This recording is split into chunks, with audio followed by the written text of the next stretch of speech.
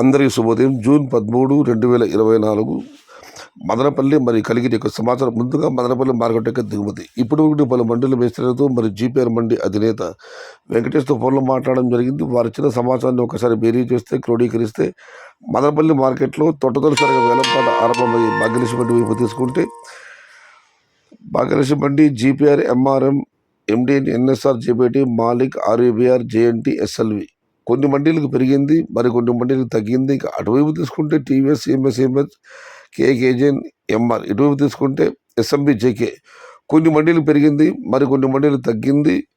ఇక డౌన్ పాత్రలు తీసుకుంటే మాత్రం నిన్నటితో పోలిస్తే ఇవాళ దిగుమతి పెరిగింది.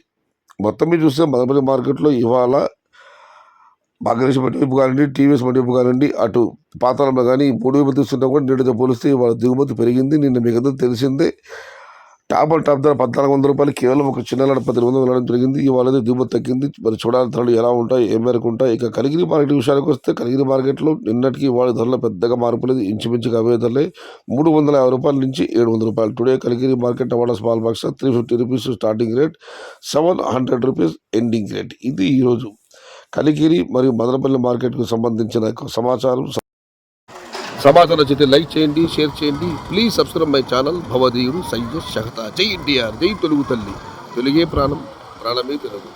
సర్వే జన సుఖినో భవంతు. ధర్మో రక్షతి రక్షిత.